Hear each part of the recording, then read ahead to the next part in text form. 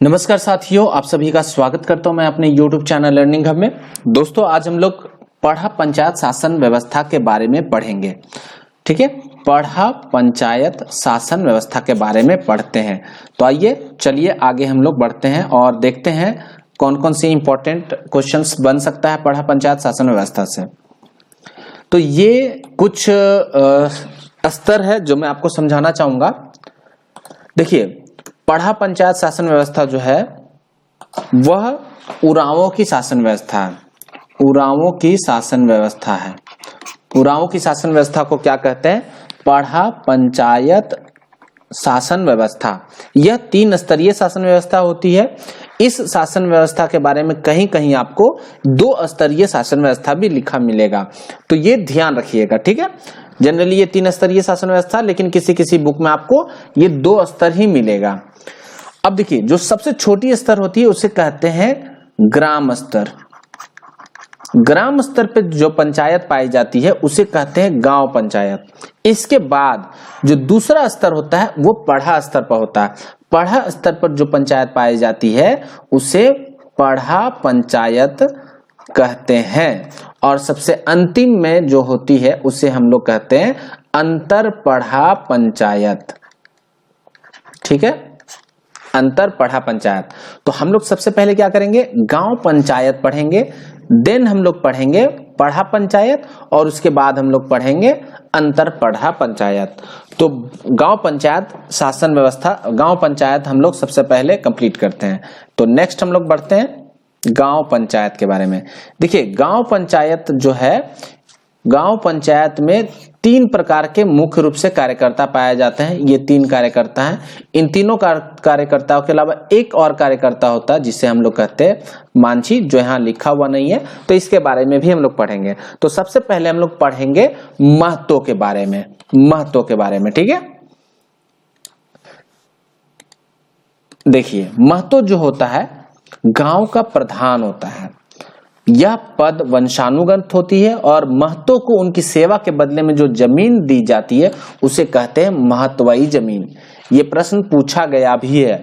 तो महतवाई जमीन महतो को दी जाती है। तो महतो के बारे में ये 3 प्रमुख बातें थी जो हमने पढ़ लिया। अब हम लोग पढ़ते हैं मांझी के बारे में। तो मांझी के बारे में बस इतना ही जान लीजिए आप कि मांझी जो है वह सहायक होता है महतो का। सहायक होता है महतो का। ठीक है, अब हम लोग पढ़ते हैं 2 नंबर पे पाहन के बारे में। पाहन, पाहन जो गांव का पुजारी होता है, इसका चुनाव होता है, 3 वर्षों का कार्यकाल होता है। सरहुल के दिन नए पाहन का चुनाव होता है। तो ये 3 प्रमुख बातें थी पाहन के बारे में। अब हम लोग पढ़ेंगे तीसरे नंबर पे भंडारी के बारे में।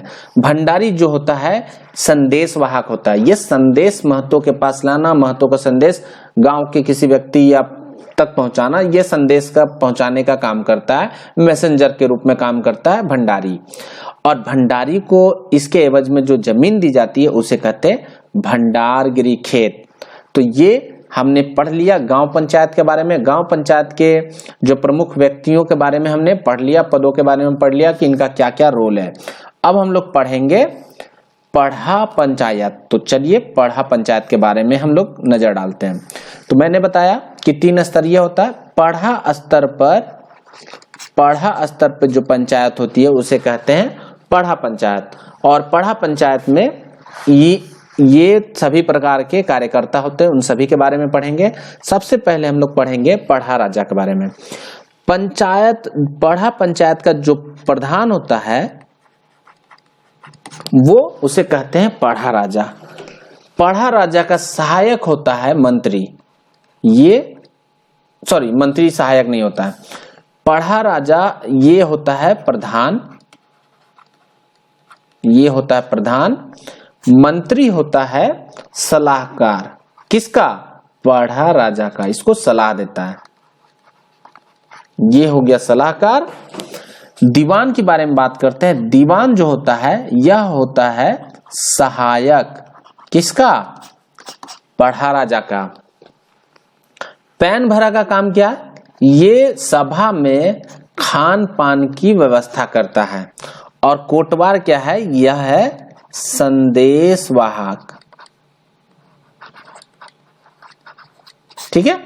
एक जो मैंने यहाँ पे ट्री में नहीं बनाया है वो है, यहाँ पे मैं बना देता हूं ट्री में, यहाँ पे एक आ जाएगा गोड़ाइत। ठीक है, ये गोड़ाइत का काम क्या है, यहां पे मैं लिखता हूं, गोड़ाइत का काम है, मान लीजिए दो व्यक्ति है, इन दोनों के बीच में किसी तरह का विवाद होता है, तो ये दोनों को आपस में बिठा के उसको एक तरह से बोल सकते हैं मांडवली कराना या सेटल डाउन कराना, मीडिएटर का काम करता है। ये गोड़ायत विवादों का निपटारा करता है दो व्यक्तियों के बीच में। ठीक है, तो ये गोड़ायत का काम है। तो पढ़ा पंचायत में जितने प्रमुख पद थे, जितने प्रमुख लोगों के बारे में पढ़ना था हमने पढ़ लिया। अब जो लास्ट है वो लास्ट मैं बताता हूं, जो लास्ट स्तर है, सर्वोच्च स्तर है, वह है अंतर पढ़ा, जिसे हम लोग कहते हैं अंतर पढ़ा। अंतर पढ़ा में बहुत कुछ हमें जानना नहीं है, बस इतना जानना है, अंतर पढ़ा में जो अंतर पढ़ा पंचायत में इसका जो प्रमुख होता है, प्रधान जो होता है, उसे कहते हैं पढ़ा दीवान। ये सर्वोच्च संस्था होती है।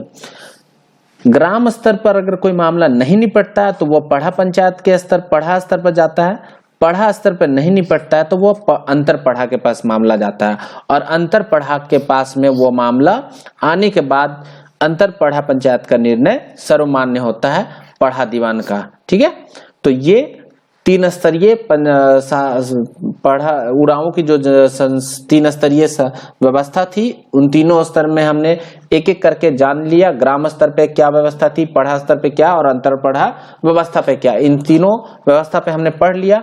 आई होप कि आपको बहुत अच्छे से समझ में आया हो, और एग्जाम में कोई भी क्वेश्चन पूछेगा तो आप इसे बहुत भली अच्छे तरीके से इसे आप टैकल कर लेंगे।